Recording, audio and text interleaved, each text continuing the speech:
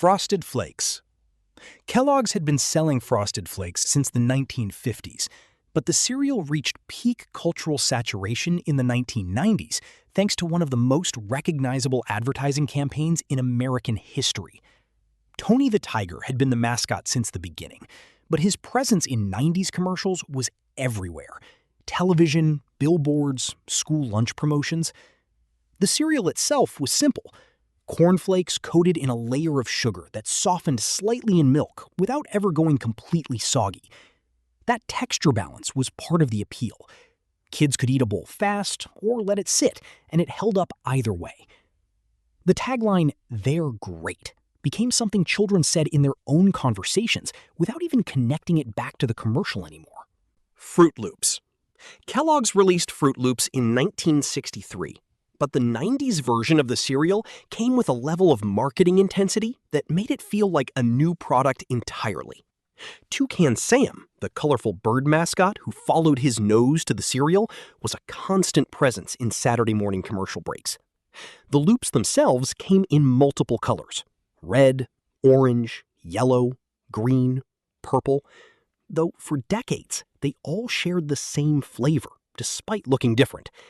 That detail confused and mildly disappointed children who assumed the colors meant different tastes, but it never stopped anyone from eating them. The sweet, artificial fruit smell that hit you when you opened the bag was one of those sensory experiences that stays with a person for life.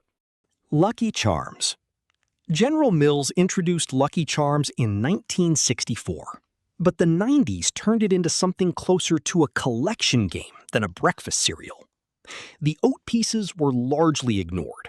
The marshmallows, called Marbits internally by General Mills, were the entire point.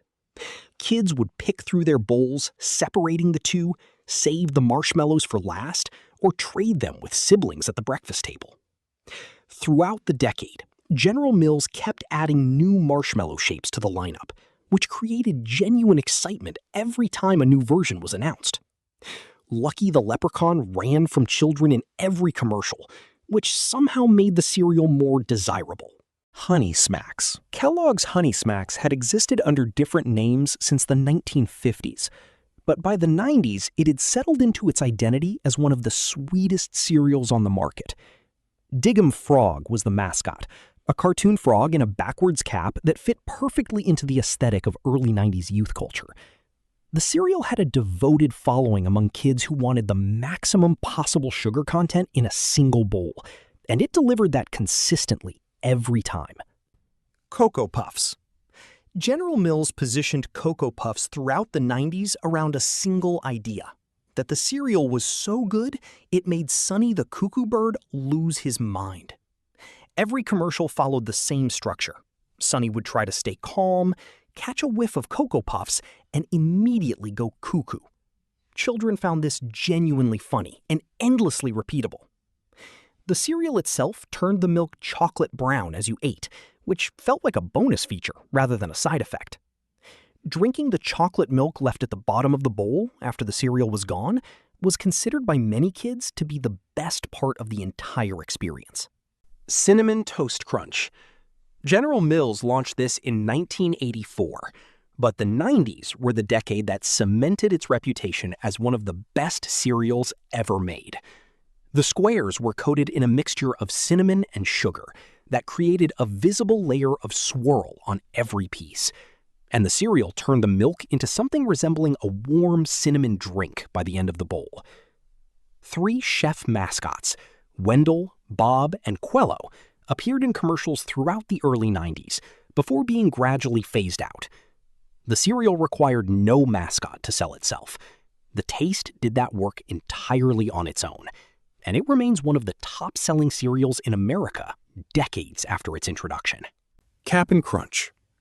Quaker Oats introduced Cap'n Crunch in 1963, and the cereal built a loyal following over the decades that reached its peak intensity during the 90s.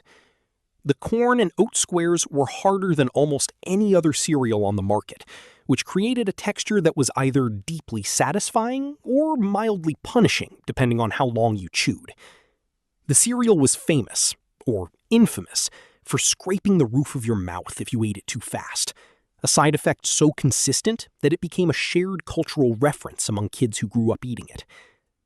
Captain Horatio Magellan Crunch appeared on every box in his naval uniform, and spin-off varieties like Peanut Butter Crunch and Crunch Berries expanded the lineup throughout the decade. Honey Nut Cheerios. General Mills had introduced regular Cheerios decades earlier, but Honey Nut Cheerios, launched in 1979, became one of the dominant cereals of the 90s by occupying a specific position in the market: sweet enough for kids, wholesome enough for parents. The honey and almond flavoring gave the plain oat rings a warmth that made them work at any time of day, not just breakfast.